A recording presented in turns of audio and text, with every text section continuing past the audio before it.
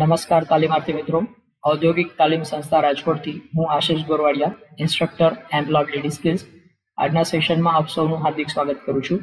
મિત્રો, આપણે લોકો શીખી રહ્યા છીએ સેમેસ્ટર 2 માં ટોપિક 9. ટોપિકનું ટાઇટલ છે લેબર વેલફેર લેજિસ્લેશન્સ, જેની અંદર આપણે શીખી રહ્યા છીએ ચેપ્ટર નંબર 43.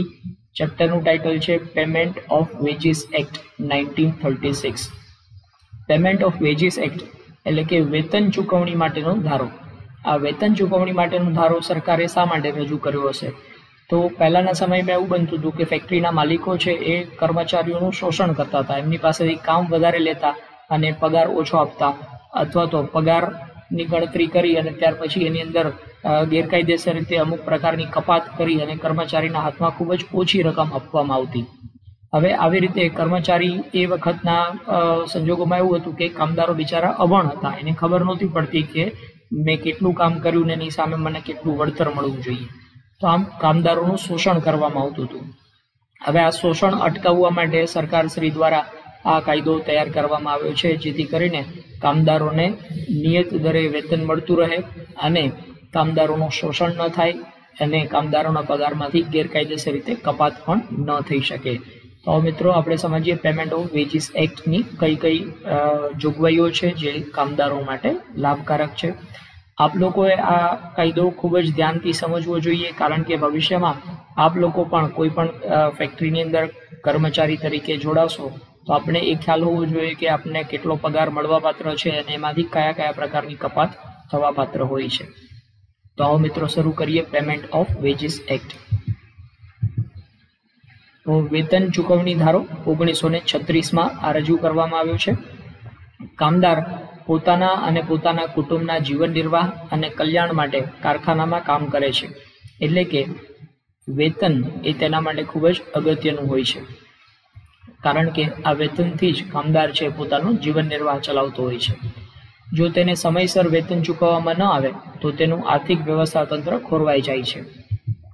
એટલે કામદારોના વ્યાપક હિતને ધ્યાનમાં લઈને સરકાર દ્વારા કામદારને નાણાકીય સુરક્ષા પૂરી પાડવા માટે 1936માં વેતન ચૂકવણી ધારો રજૂ કરવામાં આવ્યો છે. 28/9/1938માં આ કાયદો અમલી બનાવવામાં આવ્યો છે, જે ₹6,000 માસિક વેતન સુધી મેળવતા જે કામદારો છે એના ઉપર આ કાયદો લાગુ પડશે.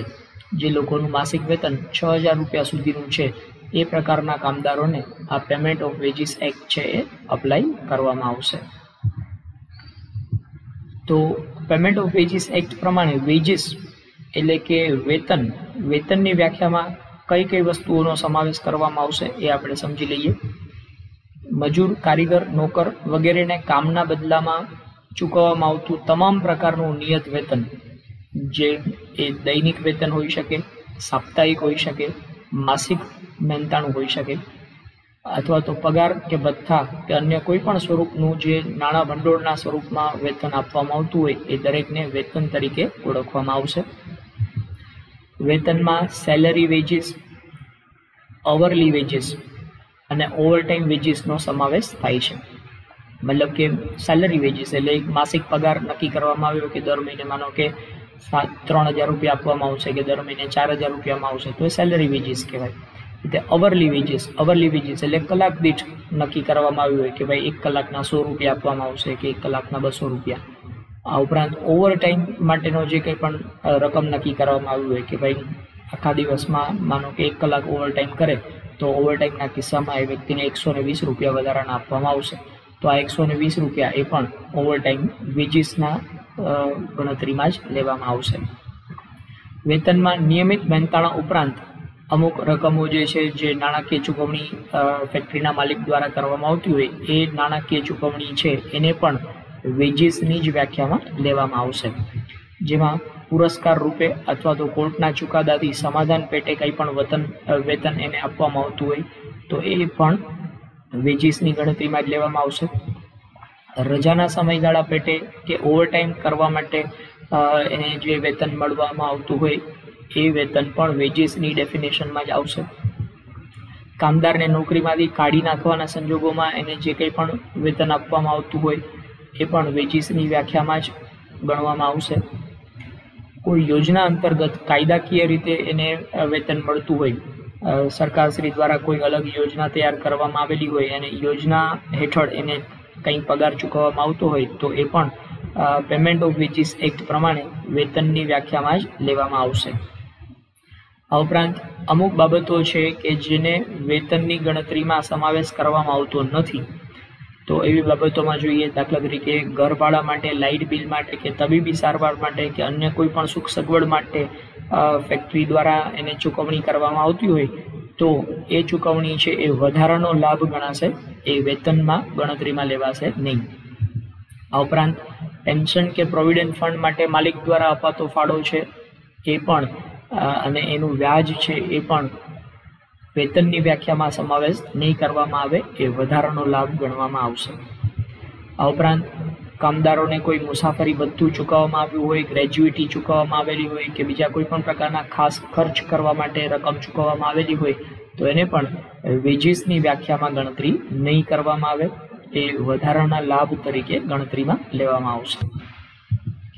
ત્યારબાદ એપ્લિકેબિલિટી મતલબ કે આ કાયદો ક્યાં લાગુ પડશે એના વિશેની વાત કરીએ તો દરેક પ્રકારની ફેક્ટરી કે કારખાના, રેલવે પ્રશાસન, ટ્રામવે સર્વિસીસ, માલસામાન તેમજ પેસેન્જરનું વહન કરતી motor transport services, air transport service, બંદરના ઉદ્યોગો, ડોક કે જેટી જેને ગુજરાતીમાં આપણે બંદર કહીએ છીએ, ખાણ તેમજ ઓઇલ ફિલ્ડ, પ્લાન્ટેશન, ઇલેક્ટ્રિસિટી સાથે સંકળાયેલા ઇલેક્ટ્રિસિટી જનરેશન એકમો, ટ્રાન્સમિશન કે ડિસ્ટ્રીબ્યુશનના એકમો કે અન્ય પાવર સાથે સંકળાયેલા એકમો છે એ દરેક જગ્યાએ આ કાયદો લાગુ પાડવામાં આવે છે. Responsibility for payment of wages મતલબ કે વેતન ચૂકવવાની જવાબદારી કોની રહેશે? તો ફેક્ટરીમાં વેતન ચૂકવણી માટે મેનેજર અથવા તો ફેક્ટરીનો માલિક, જો મેનેજર ન હોય તો ફેક્ટરીનો માલિક જવાબદાર છે, પણ જો માલિકે મેનેજરને કામે રાખ્યો હોય તો આ સંજોગોમાં મેનેજર એ વેતન ચૂકવણી માટે અંતિમ જવાબદાર છે. ફેક્ટરી કે અન્ય સંસ્થા કે જેમાં નિરીક્ષણ અને નિયંત્રણ માટે માલિક દ્વારા નિયુક્ત કરેલો બીજો કોઈ પણ વ્યક્તિ છે, મેનેજરનું નામ ન આપ્યું હોય તો માનો કે એને સુપરવાઇઝર નામ આપ્યું હોય તો એ પણ વેતન ચૂકવણી માટે જવાબદાર ગણાશે. ફેક્ટરી સિવાયના સંસ્થાન જેમ કે રેલવે છે એમાં વેતન ચૂકવણી માટે નિમાયેલ જે કે સંચાલક અથવા જે કોઈ પણ મેનેજર છે એ વેતન ચૂકવણી માટે જવાબદાર ગણાશે. કોન્ટ્રાક્ટર, જ્યારે કોન્ટ્રાક્ટર દ્વારા નિમાયેલ વ્યક્તિ હોય તો આ સંજોગોમાં કોન્ટ્રાક્ટર પોતે જ વેતન ચૂકવણી માટે જવાબદાર ગણાશે.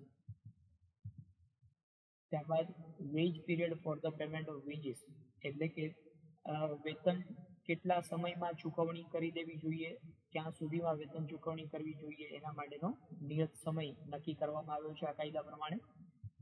તો વેતન ચૂકવણી માટે જવાબદાર વ્યક્તિએ નિયમિત વેતન ચૂકવણીનો સમયગાળો જેને કહેવાય પગારનો સમયગાળો એ નક્કી કરેલો હોવો જોઈએ, પરંતુ આ સમયગાળો ક્યારેય 1 મહિનાથી વધારાનો ન હોવો જોઈએ. એવું ક્યારેય ન કરી શકાય કે કામદારોને એક સાથે 6 મહિનાનું વેતન આપવામાં આવે.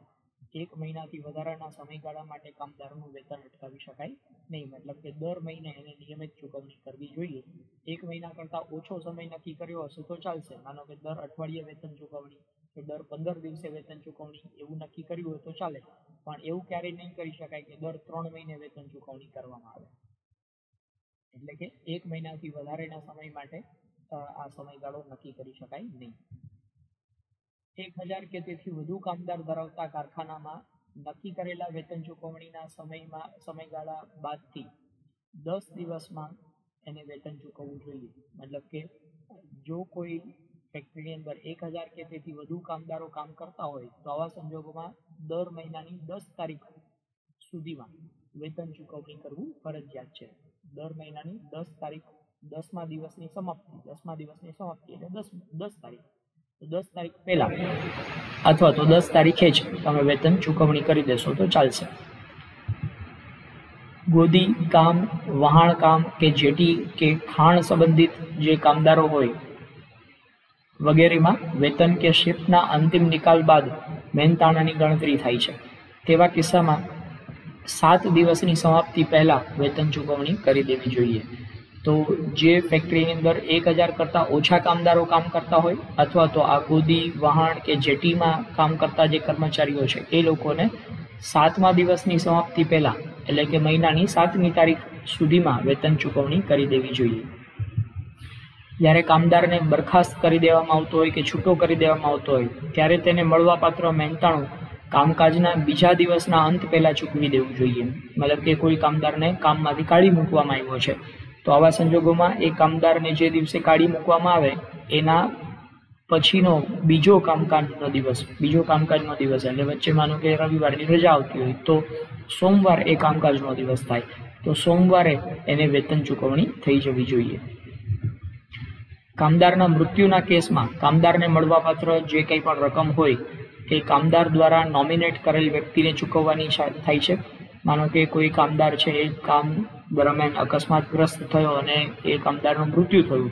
માનો કે એને મહિનામાં 15 દિવસ કામ કર્યું ને 15મા દિવસે એનું મૃત્યુ થયું તો એ 15 દિવસનો પગાર જે છે એ કામદારે જે વ્યક્તિને પોતાના નોમિનેટ કરેલા હોય મતલબ કે પોતાના વારસદાર તરીકે નિમણૂક કરેલી હોય એ વ્યક્તિને એ રકમ ચૂકવવામાં આવશે. જો કામદાર દ્વારા આવી કોઈ પણ નિમણૂક ન કરવામાં આવી હોય તો નિયત અધિકૃત વ્યક્તિને આ વેતન ચૂકવણી કરવામાં આવશે. ત્યારબાદ ડિડક્શન ફ્રોમ વેજીસ. ડિડક્શન એટલે કપાત.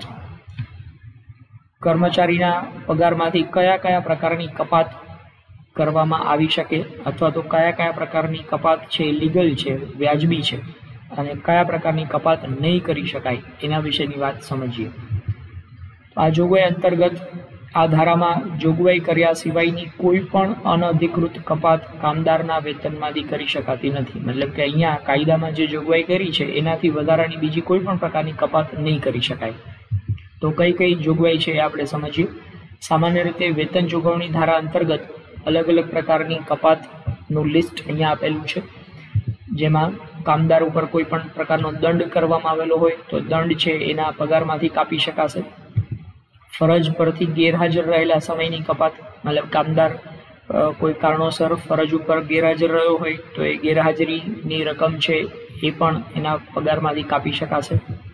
કામદારને સુપરત કરેલી વસ્તુ જો ખોવાઈ જાય કે નુકસાન પામે તો એવા સંજોગોમાં એ વસ્તુની કિંમત જેટલી રકમ છે એ કામદારના પગારમાંથી કપાત કરી શકાશે. જો કોઈ રહેઠાણ પૂરું પાડવામાં આવ્યું હોય તો એવા સંજોગોમાં કામદાર માટે નક્કી કરેલું ઘર ભાડું છે એ પણ એના પગારમાંથી કપાત થશે. માનો કે કામદારને રહેવા માટે અલગ ઘર આપવામાં આવ્યું છે અને ઘરનું ભાડું નક્કી કરવામાં આવ્યું છે કે દર મહિને 600 રૂપિયા ભાડું ચૂકવવાનું થશે તો આ 600 રૂપિયા જે છે એ કામદારના પગારમાંથી કટ કરી શકાશે.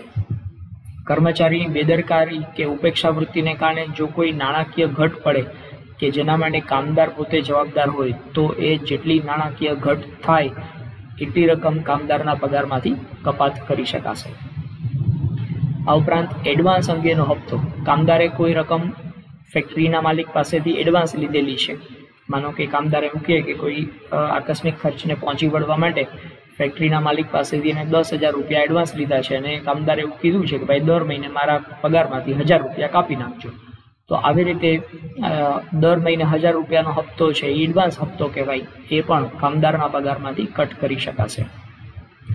આ ઉપરાંત પીએફ કે વીમાનું પ્રીમિયમ છે એનો હપ્તો પણ કામદારના પગારમાંથી ડિડક્ટ કરી શકાય. એડવાન્સ વેજીસ કે ઓવર વેજીસ કંઈ આપવામાં આવેલો હોય, માનો કે કામદારને એડવાન્સ પગાર આપી દીધેલો છે અથવા તો ઓવર વેજીસ પગારની ગણતરીમાં કંઈ ભૂલ રહી હોય ને વધારાનો પગાર ચૂકવાઈ ગયો હોય તો બીજા મહિને એને સર્વર કરવા માટે એની રકમ છે એના વેતનમાંથી કટ કરી શકાય. ઉપરાંત અદાલત કે કોઈ સક્ષમ અધિકારી દ્વારા કંઈ કપાત અંગેના નિયમો નક્કી કરવામાં આવેલા હોય તો એ નિયમ અંગે કપાત કરી શકાશે. આવક વેરો કામદારને ચૂકવવાનો થતો હોય તો આવક વેરાની રકમ છે એ પણ કપાત કરી શકાશે. ઉપરાંત કામદારના વેતનમાંથી કપાત માટે કામદારની લેખિત સંમતિ જરૂરી છે. આ ધારા અંતર્ગત વેતનમાંથી કુલ કપાત કરવાની મર્યાદા 50% રાખવામાં આવેલી છે. મતલબ કે અલગ અલગ પ્રકારની કપાત કરી અને એનું જે કુલ વેતન છે એના 50%થી વધારાની રકમ ક્યારેય કપાત ન કરી શકાય. 50%ની મર્યાદામાં જ રકમ કપાત કરી શકાશે. ઉપરાંત દંડની રકમ વસૂલ કરવા માટે સરકારે સૂચિત સત્તાધીશને પૂર્વ મંજૂરી આપેલી છે. દંડ દ્વારા એકત્રિત કરેલ જે ભંડોળ છે એને અલગ રાખીને તેનો ઉપયોગ છે કામદારના કલ્યાણ માટે જ કરવાનો થશે. તો આ કામદાર ઉપર કોઈ પણ પ્રકારની દંડની રકમ વસૂલ કરેલી હોય તો એ દંડની રકમ કામદારોના કલ્યાણ માટે જ ઉપયોગમાં લેવાની થશે. વેતન ચૂકવણી ધારાની જોગવાઈઓનું પાલન થાય છે કે નહીં તેની ચકાસણી માટે સરકારે ફેક્ટરી ઇન્સ્પેક્ટરની નિમણૂક કરેલી છે અને આ ફેક્ટરી ઇન્સ્પેક્ટર કોઈ પણ સમયે ફેક્ટરીનું ચેકિંગ કરી શકશે. જો કોઈ ફેક્ટરીના સત્તાધીશો દ્વારા વેતન ચૂકવણી ધારાનું ઉલ્લંઘન કરવામાં આવતું હોય તો એવા સંજોગોમાં આ ફેક્ટરીના માલિક અથવા તો સત્તાધીશ ઉપર કાનૂની કાર્યવાહી પણ કરી શકાશે. તો આ રીતે વેતન ચૂકવણી ધારો છે એની અલગ અલગ જોગવાઈઓ આપણે સમજ્યા. આ દરેક જોગવાઈઓ આપણને પણ લાગુ પડે છે, એટલે આ વિડીયો તમે 2 થી 3 વખત જોશો તો તમને દરેક જોગવાઈઓ બહુ જ સ્પષ્ટતાથી સમજાઈ જશે. Thank you.